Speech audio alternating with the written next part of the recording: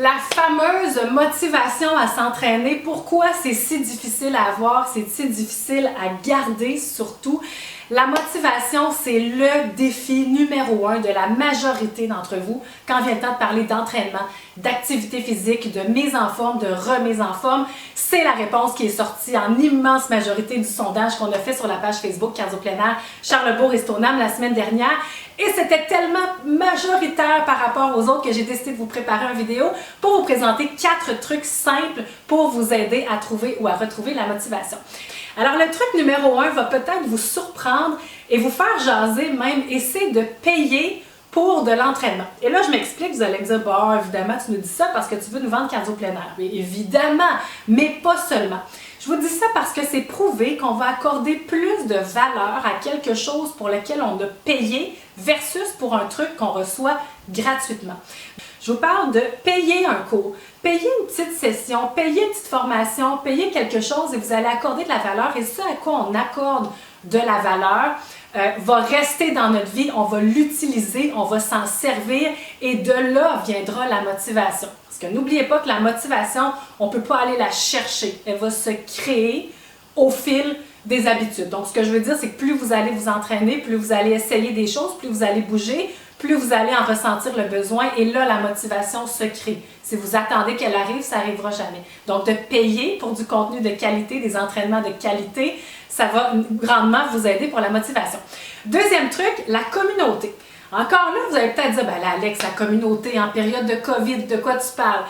C'est facile et c'est possible de s'entraîner en communauté, même en période de pandémie. Voici comment. Si vous avez pris l'engagement d'aller prendre des marches, appelez un collègue, appelez votre ami, puis dites-lui, à 11h55, on s'appelle, on s'habille, on part. T'es-tu prêt? Oui, go, moi je pars. Donc, juste d'avoir un rendez-vous avec quelqu'un, ça aide. Vous pouvez aller prendre des marches maintenant avec quelqu'un sans problème. Donc, d'être avec quelqu'un, de ne pas être seul. Parce que ce qui arrive quand vous êtes seul, c'est qu'il s'installe un discours de négociation avec vous-même. Et là, vous allez vous dire, comme tous les coachs en gestion du temps vont vous dire, ton entraînement, tu vas le mettre dans ton agenda, tu vas le prévoir d'avance. Super!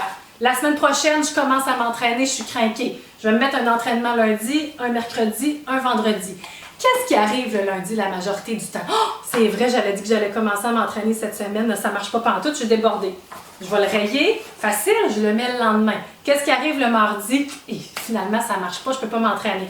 Je le barre, je fais une flèche, je le fais le mercredi. Mais là, je n'avais déjà un prévu le mercredi. Bon, et ainsi de suite, vous me voyez venir. Donc, juste de l'inscrire dans un agenda, ce n'est pas suffisant. Donc, d'avoir une communauté, donc d'avoir un engagement avec un ami, de vous inscrire à des entraînements virtuels aussi. Chez Cardio Plein Air, on en a actuellement. Les entraînements virtuels sont live avec des humains en même temps que vous qui sont en train de faire leur entraînement au même moment. Vous avez un entraîneur qui va vous interpeller, donc vous appartenez à une communauté et c'est beaucoup plus motivant qu'être seul et ça nous évite un peu d'avoir ce discours interne-là de négociation avec nous-mêmes. Troisième truc, avoir un rendez-vous.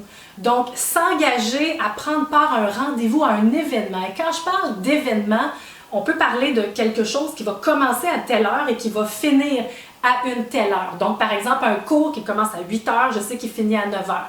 Si vous ne vous inscrivez à rien, que vous ne prenez pas d'engagement à participer à un événement ou à un cours, peu importe, de mise en forme, il va arriver la même chose qu'avec votre agenda. Vous allez dire, demain, là, je m'entraîne à l'heure du lunch. Qu'est-ce qui arrive? Puis je le sais, là, je donne des entraînements sur l'heure du midi, normalement, je le vois. Les gens me disent, ah, je ne serai pas là, finalement, j'ai une réunion qui est débordée et tout ça.